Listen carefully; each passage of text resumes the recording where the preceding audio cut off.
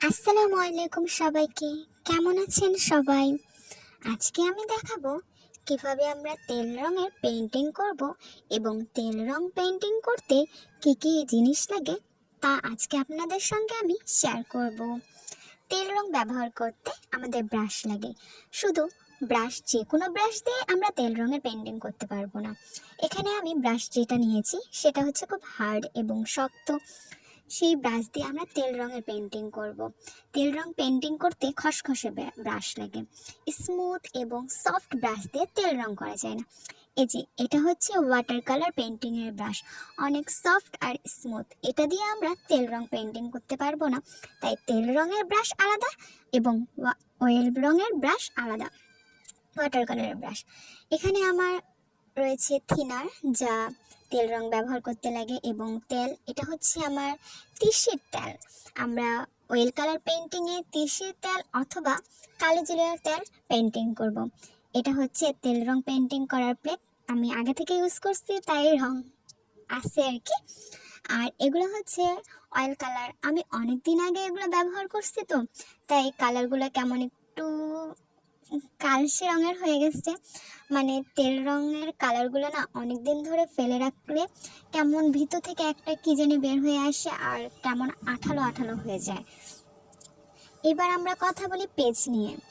তেল রং কিন্তু নর্মাল পেজে করা যায় না, সেটার জন্য আলাদা পেজ আছে, সেটা হচ্ছে ক্যানভাস পেপার। আর এটা হচ্ছে ওয়াটার কালার পেইন্টিং এর পেজ। এটা হচ্ছে স্মুথ এবং সফট পেজ, এটাতে আমরা ওয়াটার কালার করব। এখন তাহলে চলুন দেখে নেওয়া যাক আমরা কিভাবে তেল রং ব্যবহার করব। এখানে আমরা তেল রং যতটুকু নেব তার পিনও ঠিক ততটুকুই নেব। এই যে যতটুকু পরিমাণে তারপিন নেব ততটুকু পরিমাণেই তেল রং নেব। দুটোর একটা যদি বেশি হয়ে যায় তাহলে কিন্তু আমাদের রংটা করতে অনেক প্রবলেম হয়ে যায়। যদি তারপিন বেশি হয়ে যায় তাহলে না রংটা কেমন জানি তাড়াতাড়ি শুকিয়ে যায়, তারপর রং করতে ভালো হয় না রং। আর যদি তেলটা বেশি হয়ে যায় তাহলে কিন্তু রংটা শুকাতে অনেক সমস্যা হয়ে যায়। এখানে আমি তারপিন নিয়েছি, যতটুকু তারপিন নিয়েছি ততটুকু তেল রং নেব। এই জন্য আমি একটা ড্রপ ইউজ করেছি, যেন আমি পরিমাণ মতো দুটি সমান সমান নিতে পারি। আপনারাও ড্রপ ইউজ করতে পারেন আমার মতো করে। আমি এখানে 1 ড্রপ পর্যন্ত তারপিন নিয়েছিলাম, এখন 1 ড্রপ পর্যন্ত তেল নিয়েছি। এখন আমরা এই তেল আর তারপিনকে একসঙ্গে মিক্স করব যেন দুটোর সঙ্গে মিলে যায়। আমি একটা ব্রাশের সাহায্যে দুটোকে এখন মিক্সড করব। তেল রং আমরা সবাই করি, কিন্তু তেল রং করার অনেক সিস্টেম থাকে। ওয়াটার কালার যেরকম করে করি সেরকম করে কিন্তু তেল রং করলে চলবে না। তেল রঙে, ওয়াটার কালারে আমরা প্রথমে হালকা শেড ইউজ করি, তারপর আস্তে আস্তে ডার্কের দিকে যায়। কিন্তু তেল রং পুরোটাই উল্টো, প্রথমে আমাদের ডার্ক শেপটা নিতে হবে, তারপর আস্তে আস্তে হালকা করতে হবে। আমরা যদি প্রথমেই হালকা করি না, তাহলে পরে যখন আমরা ডার্ক করতে যাব তখন না সেটা আর হয়ে ওঠে না। আর ওয়াটার কালারের ক্ষেত্রে আমরা প্রথমে হালকা ব্যবহার করি, তারপর ডার্ক ব্যবহার করি, তাহলে শেডগুলো খুব সুন্দর হয়। আর তেল রং করতে গেলে না আমাদের অনেক সময় লাগে। এক একটা তেল রঙের পেন্টিং 15 হতে 20 দিন সময় লাগে, কারণ তেল রঙে আমরা প্রথম যে স্টেপটা করব সেই স্টেপটা করার পর সেটা আমাদেরকে আগে শুকাতে দিতে হয়। আমরা যদি না শুকিয়ে ওটার উপর আরেকটা প্রলেপ করতে যাই কিংবা আরেকটা রঙের শেড দিতে যাই, তখন না প্রথমে যে রঙের শেডটা দিই সেই রঙের শেডটা দ্বিতীয় স্টেপে চলে আসে। এই জন্য তেল রং করতে গেলে আগে প্রথম স্টেপটা শুকাতে হয়, তারপরের স্টেপ দিতে হয়, এবং দ্বিতীয় স্টেপ শুকানোর পরে তৃতীয় স্টেপ করতে হয়। তেল রং করতে অনেক ভেজাল। তেল রং করতে আমাকে না ততটাও ভালো লাগে না, আমার কাছে ওয়াটার কালারটাই মনে হয় বেশি ভালো লাগে, কারণ ওয়াটার কালার পেন্টিংটা আমরা তাড়াতাড়ি করতে পারি। আর তেল রং করতে অনেক অনেক অনেক সময় লাগে, কিন্তু তেল রঙের পেন্টিংগুলো অনেক স্থায়ী হয়।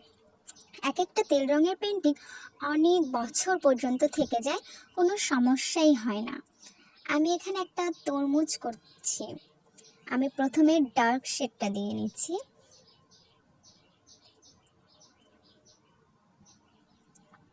আপনাদের কার কাছে তেল রং কেমন লাগে আমাকে জানাবেন।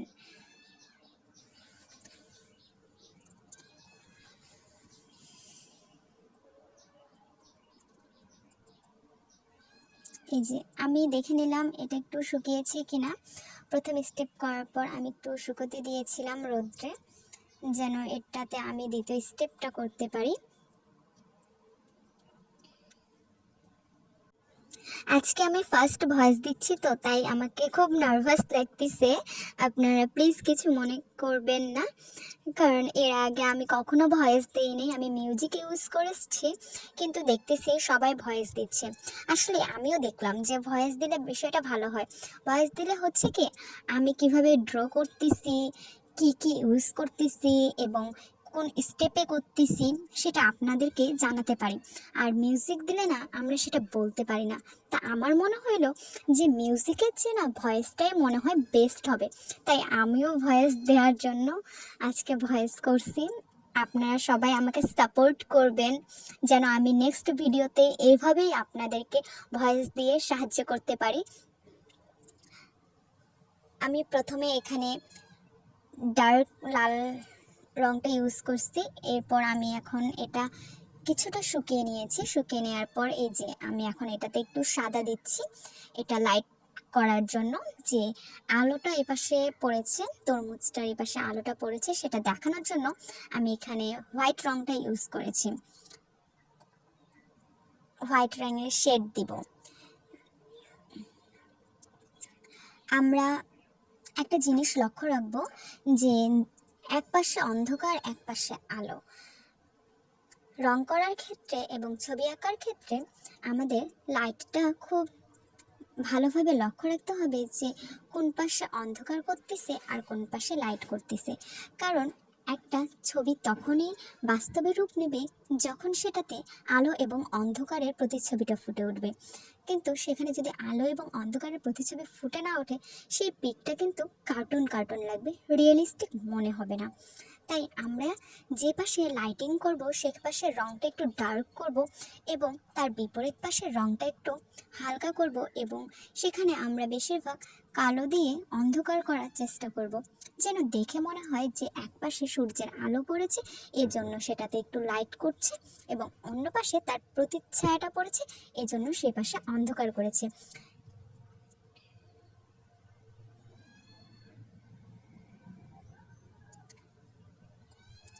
আমি এখন এই তরমুজটার উপরে আরেকটা স্টেপ ইউজ করতেছি এবং ডার্ক কালার ইউজ করতেছি।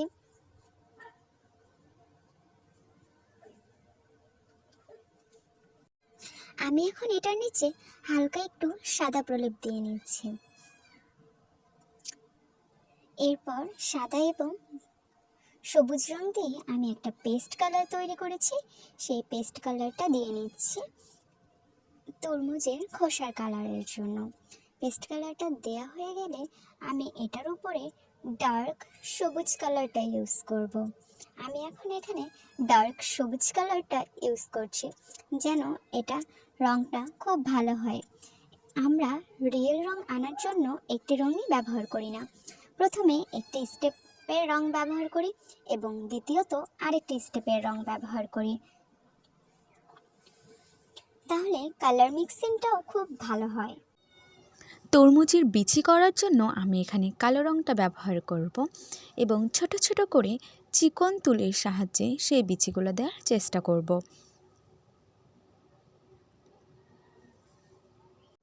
তরমুজটা করার পরে আমার এখানে কিছু রং বেঁচে গিয়েছে, তাই আমি আপনাদের একটি ফুলের শেপ করে দেখাচ্ছি।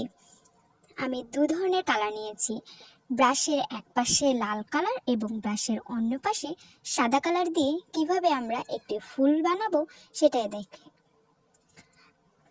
ওয়াটার কালার প্লেটের মধ্যে রাখলে বাতাসের সংস্পর্শে সেটা শুকিয়ে যায়, কিন্তু ওয়েল কালার আমাদের যদি থেকে যায় সেটা কিন্তু আমরা কিছুদিন ইউজ করতে পারবো, কারণ সেটা অনেক দিন পরেও কিন্তু শুকিয়ে যায় না। আর যদি সেই প্লেটটা আমরা কোনো পলিথিন দিয়ে ভালোভাবে রেখে দিতে পারি তাহলে সেই ওয়েল কালারটা অনেক দিন পর্যন্ত থেকে যায়।